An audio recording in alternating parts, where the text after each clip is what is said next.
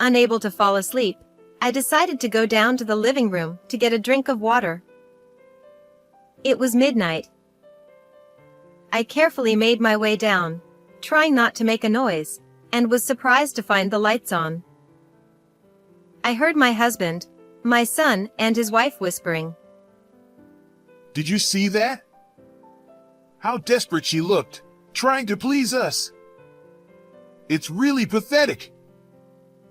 Yeah, the look on her face when she saw the leftovers in the trash was hilarious. The fried chicken and croquettes weren't even that good, but when she asked, "Didn't you like them?" I almost burst out laughing. They insulted and laughed at me, calling me useless. I wished it was just a bad dream. But I knew things had gone too far for that. I had reached my limit. Since my son and his wife moved into the new house we built a few months ago, I've been ignored continuously. The three of them would look at me with eerie smirks. Lately, I had passed anger and sadness and felt nothing anymore. It didn't take long to decide to leave the house. I quietly returned to my room and started looking for a temporary apartment. The next night, after work, I packed the essentials into a suitcase. Once I left for the temporary apartment, I received calls from my husband, my son, and his wife that same night. Mom! Come back right now! I was planning to treat you to dinner tonight. Please, come back. Hey, where are you? Stop being stubborn and come home now. They all kept chanting "come back" in unison. I thought back on everything that had happened as I gave my response. My name is Nancy. While working full-time, I also managed the household. My husband, Jason, also works, and it's a daily routine for him to complain about his subordinates at the breakfast table.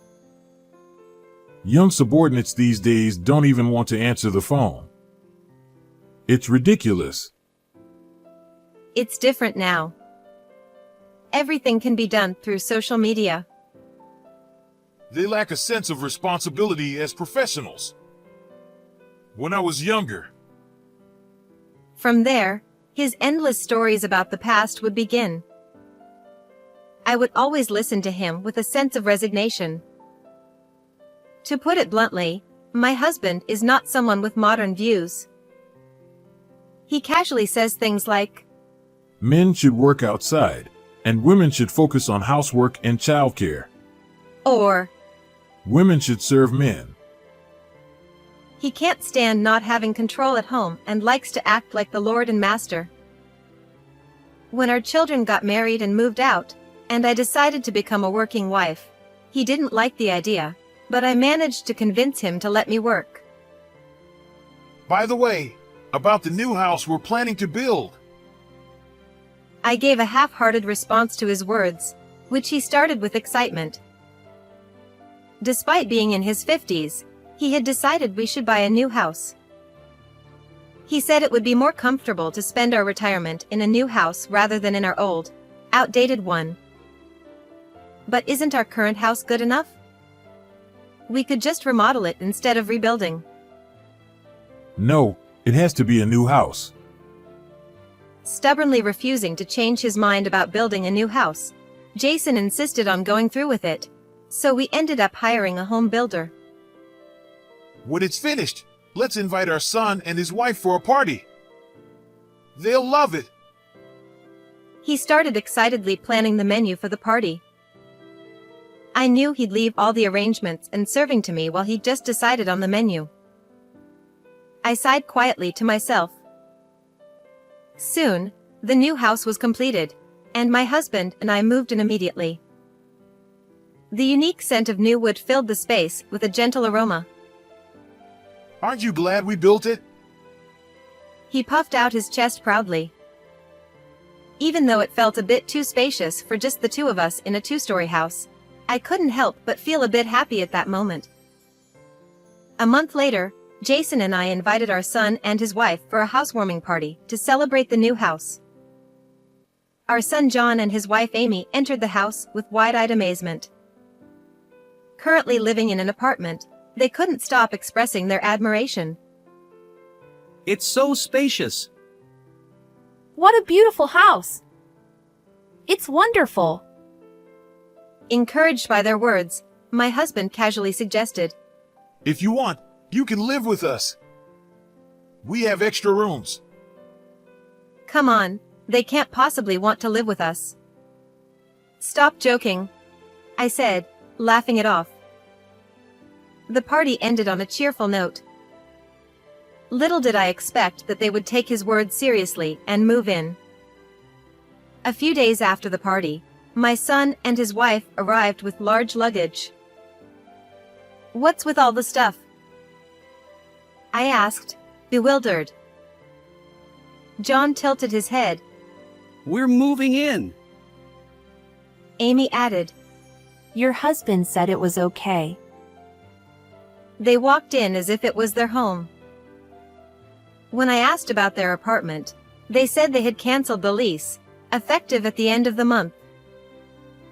"This is too sudden," I said, trying to gently oppose the idea, hoping they would be independent. But they wouldn't listen and instead won Jason over. Jason said, What's the difference if one or two more people live here? "It's not about the number of people." And besides, if they've canceled their lease, they have nowhere to go. It's cruel. Even though it was their responsibility, my husband was adamant. Thus, they moved in with us almost uninvited. After a while, a moving truck arrived in front of the house, and some well-built movers began diligently unloading boxes. They finally left with a cheerful thank you, leaving my son and his wife's belongings scattered all over the new house. However, instead of tidying up, the two of them relaxed in the living room, lazily playing with their smartphones. "These are your things. Please put them away," I said, as there was no room to walk. John replied, We're tired, so you should do it, Mom. Most of the moving was done by the movers, and they had done nothing. My husband saw this and said nothing, merely glancing at the pile of boxes. "Jason, say something to them," I urged. Jason said, Don't be so rigid, Nancy. You should do it for them. We're family. He then returned to his smartphone. I thought, why me, but took a deep breath to calm myself. There must be fragile and important items among their belongings. Even though we're family, I felt uncomfortable handling their stuff. "Amy, could you at least help me?" I asked. All 6 eyes turned to me, and they began to speak one after another, accusing me of bullying, being unwelcoming, and being a terrible mother-in-law. I felt utterly bewildered, treated as if I were the unreasonable one. The next morning, still feeling exhausted, I went down to the living room. My husband, my son, and his wife were already awake, sipping coffee. As I stared at them absently, John muttered. Thanks for yesterday. His words felt insincere, and I responded curtly. John continued. As a thank you, we'll treat you to dinner. I thought I had misheard him, but apparently, I hadn't. John said. Amy and I will go grocery shopping today. Amy nodded from a distance. Is that so? Well, I'll leave it to you today, I said. Amy added. We just moved and don't have much money. John then said. Yeah, so we actually need to borrow your card. I blinked in surprise. Were they planning to use my card for shopping and then treat me to dinner with my own money? Something felt off about this, but they asked for the credit card with such confidence. Should I give it to them? I glanced at my husband, who was sipping his coffee, showing no interest. Despite my hesitation, I decided to lend them the card, hoping to build a good relationship with them. John and Amy were as happy as children given pocket money. Use it responsibly, I warned, though inwardly, I felt a bit excited myself. I thought this dinner could be an opportunity to get closer to them. You can use anything from the kitchen, and the dishes too. The spices are in this cabinet. I showed Amy the locations, and she nodded with a low Yes. Later that evening, I came home from work, hoping that they would have dinner ready. How wonderful that would have been in reality. Instead, I found the house dark and silent. I turned on the lights and looked around, but there was no sign of my son and his wife. On the living room table, there were store-bought side dishes from the nearby supermarket and a note placed in the center. It read simply, "We're going out to eat." As I stood there in shock, Jason came home and looked around the living room table. Seeing the store-bought dishes, he looked displeased. Jason snapped, You're the housewife. Don't slack off. "It's not me. Amy and John said they'd handle dinner tonight." I replied, feeling frustrated.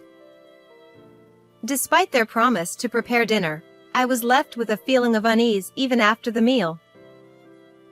The next morning, I was determined to confront my son and his wife about the previous night. "Good morning," I greeted them, but my words seemed to vanish into thin air. No one responded. Until yesterday, they had at least acknowledged me. Feeling something was wrong, I made breakfast for the four of us and set it on the table. Yet, no one touched the food, they just sipped their coffee in the living room. Determined, I tried again to engage them. "Good morning," I said louder. Jason, my son, and his wife remained silent. This pattern continued the next day, and the day after that, with all three of them ignoring me no matter what I did. A month passed, and nothing changed. Despite making meals, I was met with silence and felt increasingly empty. I started to wonder if I was the problem and tried to be patient, hoping they would eventually open up. I made Jason's favorite dishes, talked to John about his childhood, and invited Amy to go shopping. Yet, I was continually ignored, and time just kept passing. Another week passed, and not only was the food I made left untouched, but it was also thrown into the trash. "John, did you always dislike this?" I asked, my voice trembling. That day, I had made fried chicken, shredded cabbage, croquettes, and eggs sunny side up. Both the fried chicken and croquettes were homemade, his favorites since he was a child. Watching him silently throw the food into the trash beside the sink filled me with a strange fear. Shortly after that, my husband handed me a piece of paper. Actually, it would be more accurate to say he threw it at me. Just before I entered the living room, it was neatly folded into a paper airplane and aimed right at me. Ouch! What is this? I picked up the paper, which had hit my forehead and fluttered to the ground. It looked like some kind of document. As I unfolded it, I realized it was a divorce paper. It had Jason's signature and seal, leaving only my section blank. Shocked, I glanced towards where the plane had come from, and saw my husband smirking at me. My son and his wife were also snickering beside him. A divorce paper, of all things. Was he implying he wanted a divorce? I was overwhelmed and fled the living room and locked myself in my room. In shock, I paced around my room, my mind racing. Ignoring me was one thing, but this harassment was beyond belief. The word divorce echoed in my head, filling me with turmoil. The silent treatment and the paper airplane divorce papers continued for about 3 months. What I thought would be a short-lived prank showed no sign of stopping. The three of them would look at me with eerie grins. At this point, I felt no emotions anymore. The anger and sadness had given way to complete disbelief. A voice in my head whispered, "Maybe I should get a divorce." Around this time, I started keeping a journal to organize my thoughts. I opened a notebook and began scribbling furiously with a pen I found in the drawer. I had recently discovered that John and Amy were unemployed. I overheard them talking with Jason about it while they ignored me. I didn't know whether it was before or after they moved in, but it seemed they had no income. They laughed derisively, saying they had no intention of working or helping around the house. So, what were they doing during the day while I was out? Apparently, they were simply using my credit card to entertain themselves. The card I lent them to buy groceries for dinner had never been returned. The statements from the credit card company were filled with charges from expensive restaurants and luxury brand items. They had been dining out frequently using my card. Jason, it seemed, said nothing about this. Did he think money grew on trees? I felt a surge of frustration. After finishing my writing, I closed the notebook and shut my eyes. What exactly did these three want from me? One night, I woke up unexpectedly. Even though I knew sleeplessness would affect my work the next day, I couldn't fall back asleep. It was midnight, and I decided to go downstairs to get some water. As I carefully made my way to the living room, trying not to make any noise, I noticed something surprising. The lights were on. The light leaking through the door wasn't the only thing. I also heard hushed voices. Jason said, Did you see how desperate she was? Trying to please us. It's just pathetic. Amy replied. Yeah, her face when she saw the leftovers in the trash was hilarious. John added. The fried chicken and croquettes weren't even that good. When she asked, "Do you not like it?" I almost burst out laughing. Jason continued.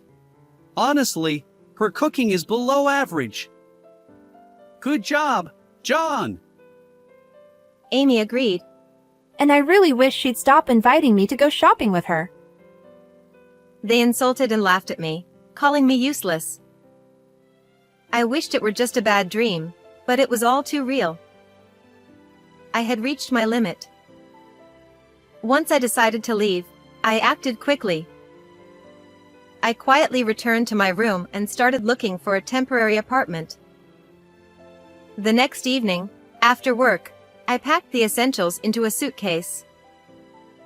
A few days later, I signed the lease for a temporary apartment, got the keys, and headed to the place. That morning, all three of them had gone out, so the house was empty. I called the credit card company and canceled my card, stopping it from being used any further. Leaving the newly built house behind, I arrived at my temporary home and felt an unexpected sense of relief. No more enduring their treatment, my shoulders relaxed, and I collapsed onto the floor. That night, my phone buzzed. Seeing it was a call from my son, I answered. Hello? Mom! Come back right now! The card isn't working! I canceled the card. What? Why did you do that? We were eating sushi, and now what are we supposed to do? So, they had sushi today? How nice for them, I thought to myself. Figure it out yourself. I snapped at my son before hanging up the call. It was convenient for him to want to talk only when he needed something. Next, Amy called. Just as I was about to make some instant noodles, my phone rang again. Hello? Nancy, it's me. John told me you canceled the card. Why did you do that? She sobbed quietly on the other end. I was going to treat you to dinner tonight. Please come back. Her insincere words made me decide to speak my mind. Amy, I'd be happier if you treated me with money you earned yourself. What? Are you saying I don't work? That's cruel. She stammered. Do you think I don't know? My words clearly unsettled her, as she kept repeating. Well, I mean... Get your act together, I retorted before hanging up. She was likely puzzled by my words, wondering what I meant. Telling someone to get your act together is a way of telling them to wake up and be responsible. I wanted her to stop relying on my card and get a job, even if it was just part-time, to support herself. Then Jason called. I had just poured hot water into my noodles and waited the 3 minutes. Where are you? Stop being stubborn and come home. He demanded, sounding frantic. Are you also having trouble because the card isn't working? He paused for a moment, then asked how I knew. When I told him the others had called, he responded in agreement. I continued, Sorry, but I'm divorcing you. What? You can't just decide that on your own. Where are you? He demanded.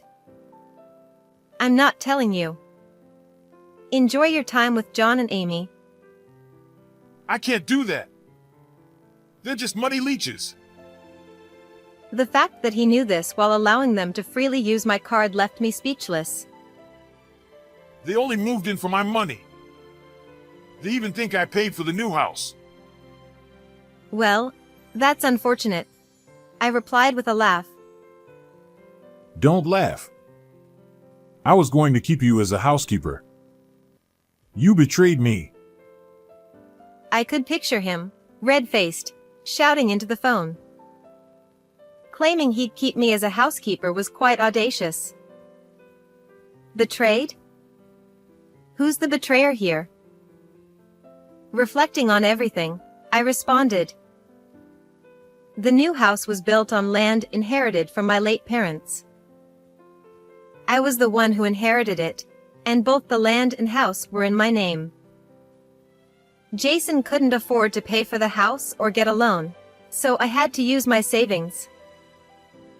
Despite living in that house, he allowed our son and his wife to move in without consulting me, ignored me, and threw divorce papers at me like paper airplanes. Who do you think it was?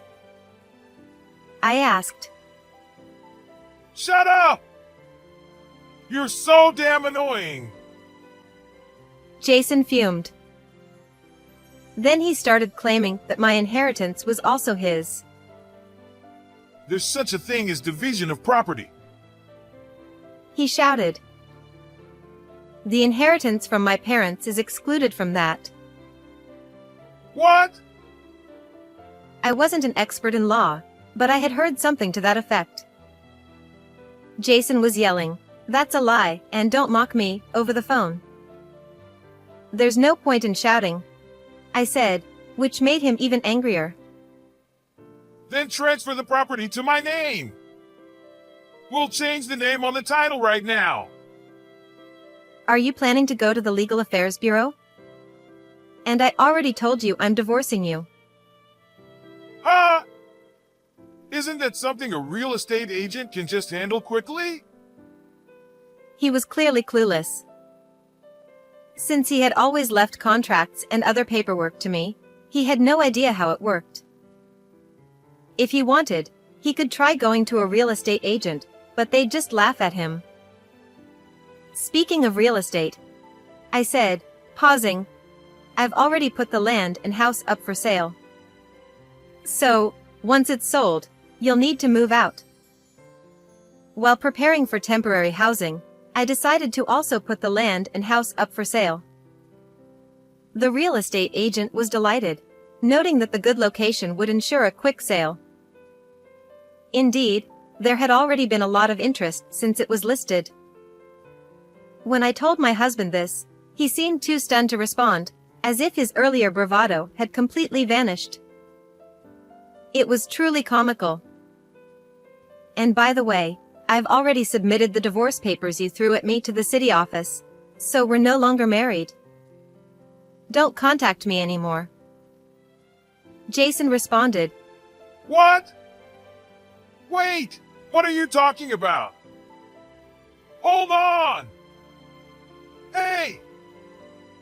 It seemed as if a switch had flipped in him, and he suddenly panicked. But it was too late. We're divorced.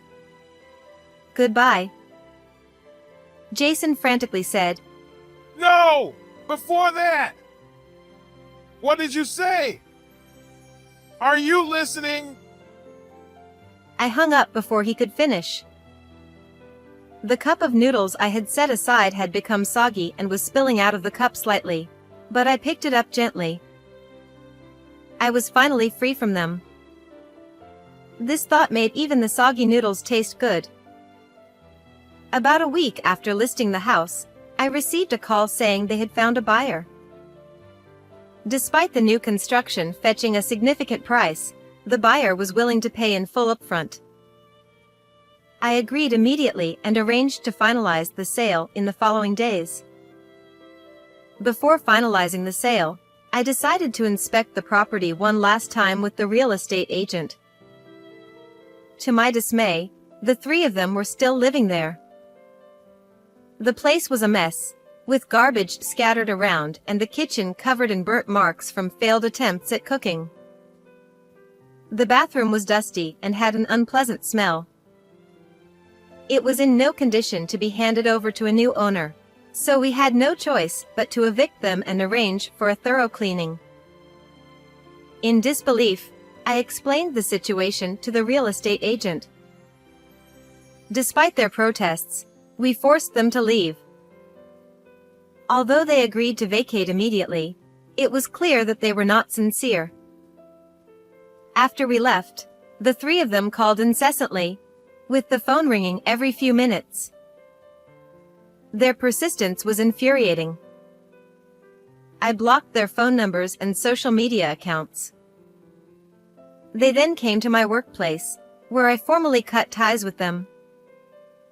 Jason was indifferent, but John and Amy seemed genuinely shocked. John said, Cutting ties? There was no need to go that far. Amy added. It's awful, Nancy. John then asked, But I'm different, right? I'm your son. Oh, and by the way, could you make some more fried chicken and croquettes? I love those. At that moment, I remembered him throwing my cooking in the trash. I wondered if he had felt that way back then. Don't say things that suit your convenience, I replied firmly and turned my back on them. Since then, I haven't seen my son and his wife, or my husband. I have no idea where they moved. Having left the weekly apartment, I now live in a small apartment for single occupancy. I continue to work but take great pleasure in the freedom of living alone. With the extra time, I can study for qualifications or start new hobbies. I want to enjoy this leisurely time as much as possible. Even though it's not a new house, this small room is still my castle. I'm excited to redecorate, try out some dried flowers, and cook just for myself. With these thoughts in mind, I poured hot water slowly into my cup of noodles. How did you find this story? Please don't forget to subscribe to the channel. See you in the next video.